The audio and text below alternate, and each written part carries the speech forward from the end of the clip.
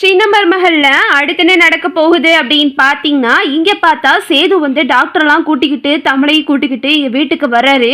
வீட்டுக்குள்ள வரும்போதே அவர் வந்து தீப்பந்தத்தை எடுத்து தீப்பந்தத்தோட வர்றாரு. "அப்பா என்னப்பா ஆச்சு உங்களுக்கு?" அப்படின்னு சொல்லிட்டு ராஜாங்கத்த கேட்கவும், "இந்த மாதிரி வண்டு கொட்டிருச்சுப்பா" அப்படின்னு ராஜாங்க ரொம்ப பதட்டத்தோட சொல்றாரு. அப்புறம் பார்த்தா டாக்டர்லாம் வந்து எல்லாரையும் செக் பண்ணி பார்க்குறாங்க. செக் பண்ணி பார்த்துட்டு, இந்த மாதிரி இவங்களுக்கு நல்ல வண்டு கடிச்சிருக்கு. இவங்க சொல்றது உண்மைதான். இந்த வண்டுக்கடிக்கு அவ்வளோ சீக்கிரம் மருந்து கண்டுபிடிக்க முடியாது. நாங்க எதுக்கும் முயற்சி பண்ணி பார்க்குறோம் அப்படின்னு சொல்லிட்டு எல்லாத்துக்கும் மருந்து கொடுத்து பார்க்குறாங்க. என்ன டாக்டர் சொல்றீங்க, இப்படி சொல்றீங்களே அப்படின்னு சொல்லிட்டு இங்கே சாவித்திரி, தாமரை, சித்ரா நாளும் கதற ஆரம்பிச்சிருதுங்க. நம்ம இந்த டூருக்கே வந்திருக்க கூடாது, போயும் போயும் இவளுக்காக வந்து நம்ம சாக போறோம் அப்படின்னு சொல்லிட்டு எல்லாம் கதறிக்கிட்டு இருக்குங்க.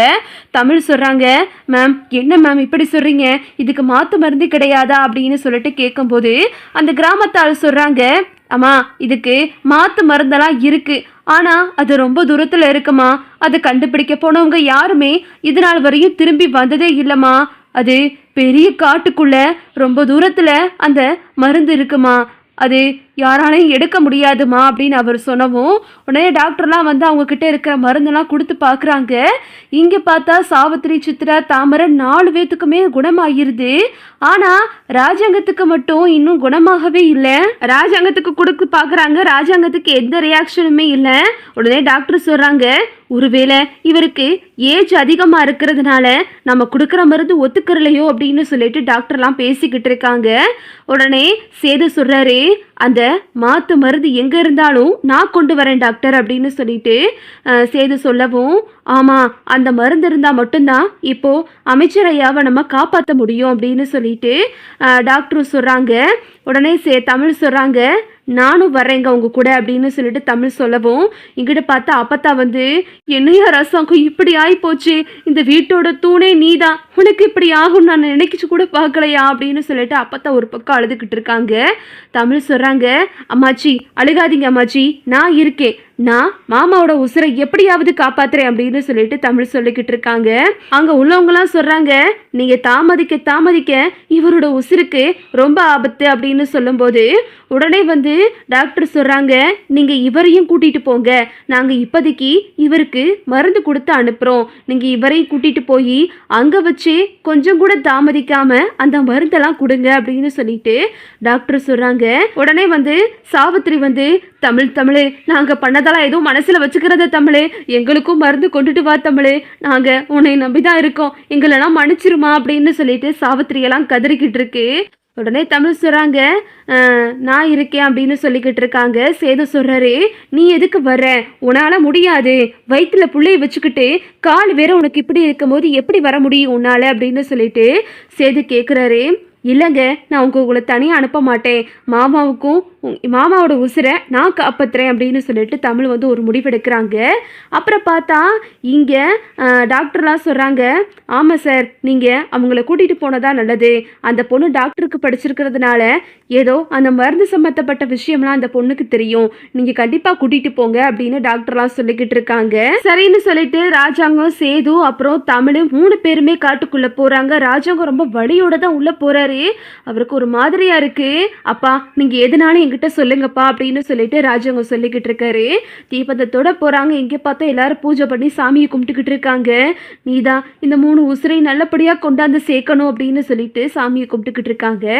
அப்புறம் பார்த்தா 3 பேரும் உள்ள போறாங்க. காட்டுக்குள்ள ஒரே பயமா இருக்கு. ராஜாங்க சொல்றாரு, ஏமா நீ வந்த, உனக்கு வயிற்றுல குழந்தைய வச்சுக்கிட்டு கால் வேற முடியல அப்படின்னு ராஜாங்க சொல்லிக்கிட்டு இருக்காரு.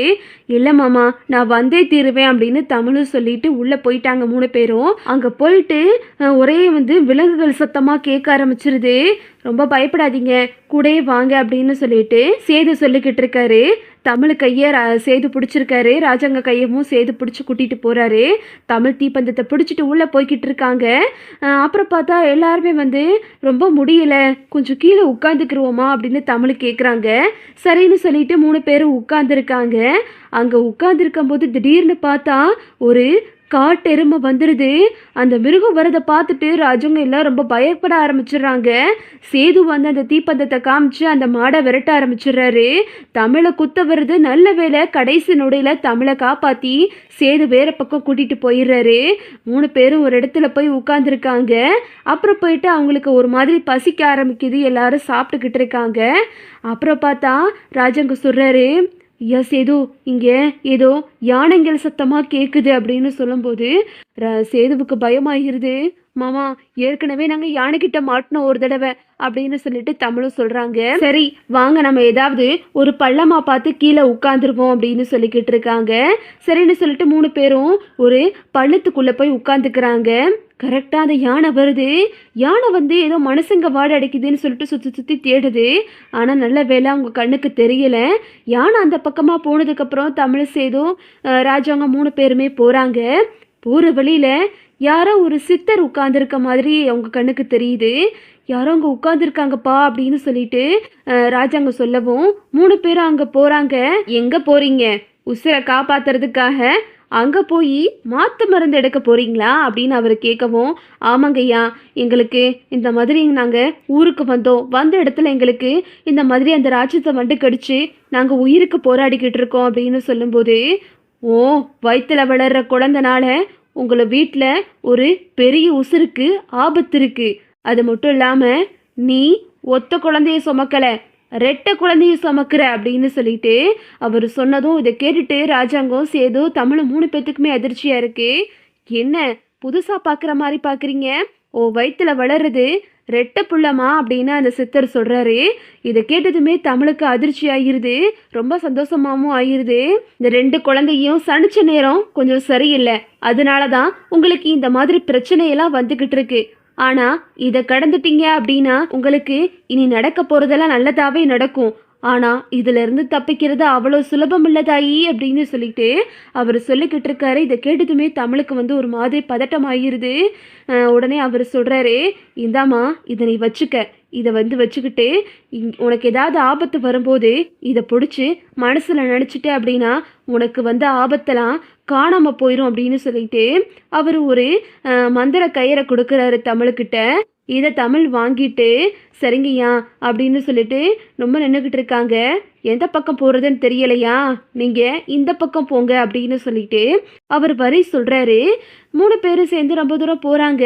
தமிழ்கிட்ட வந்து சேது கேட்குறாரு, ஏய், உன் வயிற்றுல விளருது ஒத்தப்பிள்ளை தானே அன்னைக்கு சொன்னேன், இப்போ இன்னும் அந்த சாமியை 2 குழந்தைன்னு சொல்கிறாரு அப்படின்னு சேது கேட்கவும், எனக்கே தெரியலைங்க, இவர் சொன்னது எனக்கே அதிர்ச்சியாக தான் இருக்குது. அம்மாச்சி கிட்ட தான் கேட்கணும். அம்மாச்சி எங்கள் அம்மாவும் டாக்டர்கிட்ட ரொம்ப நேரமாக பேசிக்கிட்டு இருந்தாங்க, எனக்கு அப்போவே சந்தேகமாக இருந்துச்சு அப்படின்னு சொல்லிட்டு தமிழ் சொல்லவும் ராஜங்க சொல்கிறாரு, எப்படியோம்மா நீ எங்கள் வீட்டுக்கு 2 வாரிசு கொண்டு வர போகிற அப்படின்னு சொல்லிட்டு ராஜவங்க சொல்லிக்கிட்டு இருக்காரு.